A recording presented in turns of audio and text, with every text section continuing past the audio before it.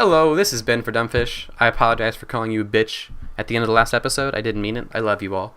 We're going to jump into one of these things. This windmill looks very small and unintimidating, which makes me think it's going to be fucking terrifying. So we're gonna do windmill. No, we're not gonna do windmill. Error. Downloaded file is empty. So we're not gonna do windmill apparently. Let's do the next one. The prismatic sun.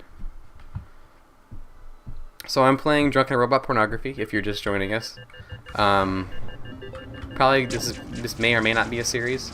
It depends on when I feel inspired to do games like this.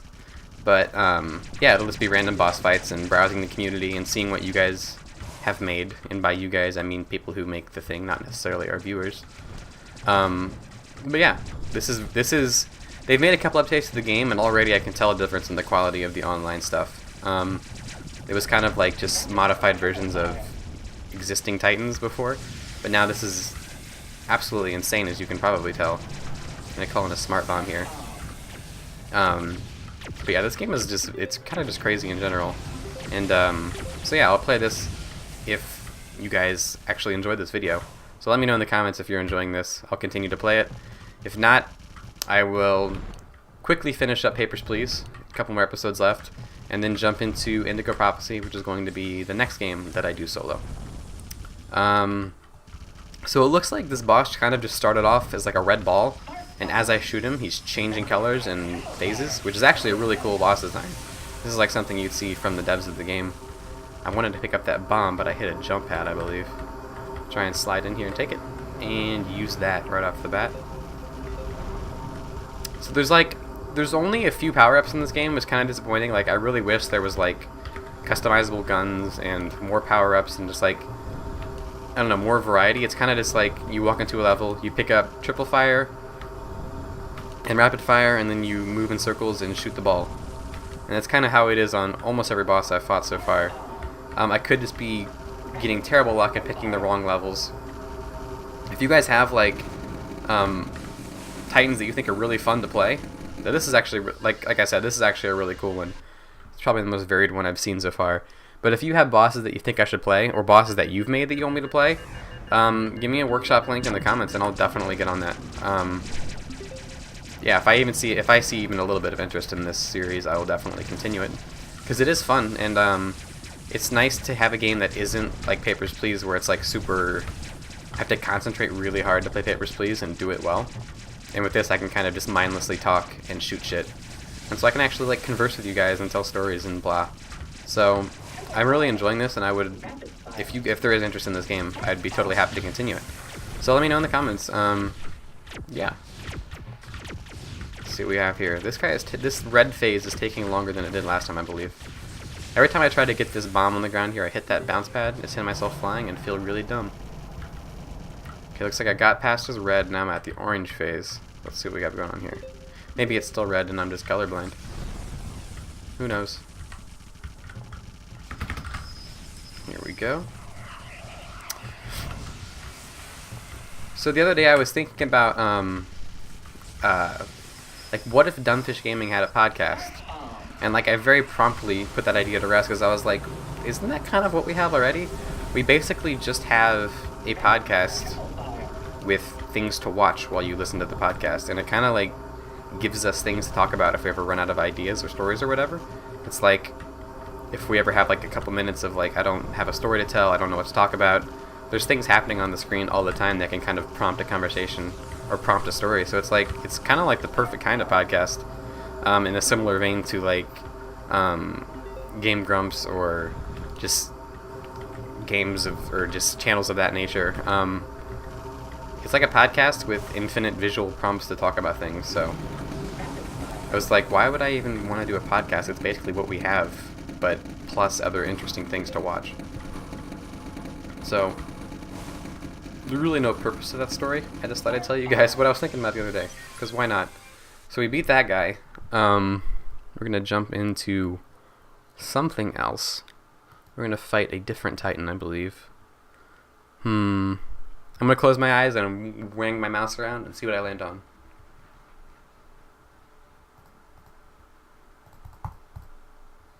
Nope, that's the one we didn't do last time, so let's do this again. Okay, we have Imagine Dragon. And we have an Imagine Dragons reference in the description. Yay. Well, on that topic, I guess we'll talk about music. As you may have been able to... I see in the bottom left here there's an Incredipede reference. I wonder if this is the same developer who made Incredipede.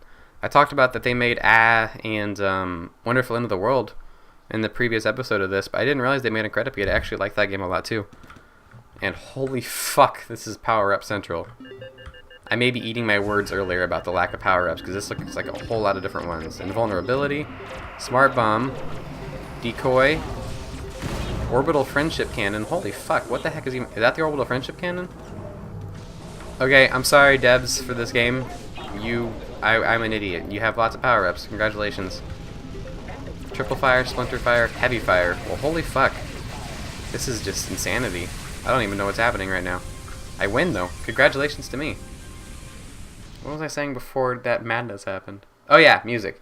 So, like, as you can tell from my response to the title of that level, not a huge, like, Imagine Dragons fan, and I'm not, like, generally a big fan of kind of that whole, like, dare I say, hipster indie rock movement that's kind of happened lately. Like, I definitely was when it was starting to happen. Like, for a while I was, like, a really big fan of, like, Imagine Dragons and, like, Matt and Kim and, I don't know, Two Door Cinema Club. I still kind of like them, but, like, that whole, like, indie rock movement that's kind of been happening lately, I was really into it, and then, like, it started catching on and, like, getting tons and tons of playtime, and I kind of got bored with it. Like, it started to sound very, very similar, which I guess any genre of music kind of does if you listen to it for long enough. But, like, I just got really tired of the whole, like, indie folk and indie rock thing that happened, like Mumford & Sons and Lumineers, and it all just kind of blended together after a while, and there was really not, like, a whole lot of, like, emotion I was feeling being put into those songs. I mean, there are a few exceptions that I still do like. I still really do like The Head and the Heart. I don't think they've caught on quite as much as things like Mumford & Sons and the Lumineers, but there's still a few bands like that I do like. I like Bon Iver still. Two Door Cinema Club, like I said, I still like. But I don't know, a lot of the music that I've kind of found myself liking recently is just like music that I find rather than music people tell me about. Because things like Mumford & Sons and Lumineers, and I know I'm saying the same names over and over again, it's just what keeps popping into my head, but those are all games that, like, were shown to me by someone. Or, like, you gotta check these guys out, and, like, it was kind of cool and different at the time, so I, like, got into it with those people, and then I kind of just fell out of it, like, at the same time as those people. And now I'm kind of like, I've found myself more like, I really like the bands that I kind of just, like, find browsing the internet on my own. There's a couple people on YouTube that I, like, respect, that listen to a lot of music, like, The Needle Drop with Anthony Fantana, and a couple people like that just, they recommend music, and they do all this music that you don't really hear about on a regular basis, and I've kind of myself kind of liking a lot of that stuff. Like, just currently, the band that I find myself listening to a lot is Mac DeMarco. So if you haven't heard of Mac DeMarco, definitely go check him out. He's one of my favorites right now. And for some reason, back in, like, the older beginning era of hip-hop music, like, I've been listening to a ton of Biggie Smalls and Wu-Tang lately.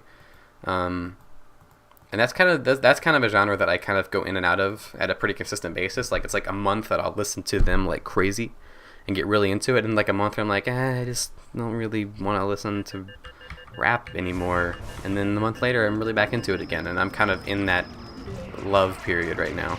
And soon, probably within the next few weeks, I'll be back to not really caring that much. And then back and forth, probably forever.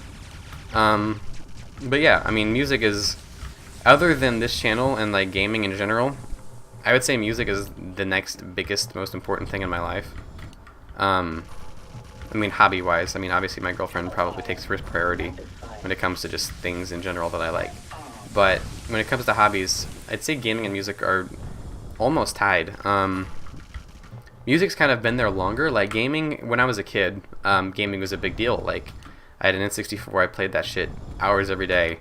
But then kind of, like, from, like, age 8 to, like, maybe 14, like, I didn't really play that many video games. Like, me and my siblings like shared a PS3 that we had for a while. We shared a PS2, and I kind of would like play what they did. Like I played Call of Duty with my brother sometimes. There's a few games like Sly Cooper that I really enjoyed on PS2, but like gaming really didn't have any kind of defining presence in my life until like back within the last 2 or 3 years, where my family got a new computer. I got the old one. I added some stuff to it, made it able to like handle modern games, able to like do stuff, and kind of just got really like engrossed in the whole gaming community. Like I know people give a lot of hate to places like IGN and like Polygon, but they kind of were like a gateway drug for me to get into like the gaming community and the gaming like mindset again. Like listening to podcasts from IGN and Giant Bombcast from Giant Bomb and things like that, like really like got me into the whole like gaming culture. And I totally love gaming culture. Like I love talking about video games. I love knowing about as many video games as possible. And then just like a month ago when the channel started, Addison one day was just like, "Hey, we should record gameplay videos." Sorry about that. That was kind of coming for a few minutes there, and it finally came out. But yeah, Addison was kind of like, let's just do gaming videos. Like, it sounds fun. People do it. People enjoy it. I like watching them. Addison doesn't watch them nearly as much as I do. He's more of he loves doing it. He loves recording the videos, but he doesn't watch them nearly as much as I do. But like, we're both like, we like playing video games. We like playing video games together. We think we're funny. Like, I don't consider myself like a super funny person, and he doesn't consider himself like a super funny person. But like, we consider each other really funny people. Like, I think Addison's hilarious. He thinks I'm a funny guy. So we thought, like, let's just do this to try. This would be really fun to like just play games and record ourselves being complete idiots along with the games.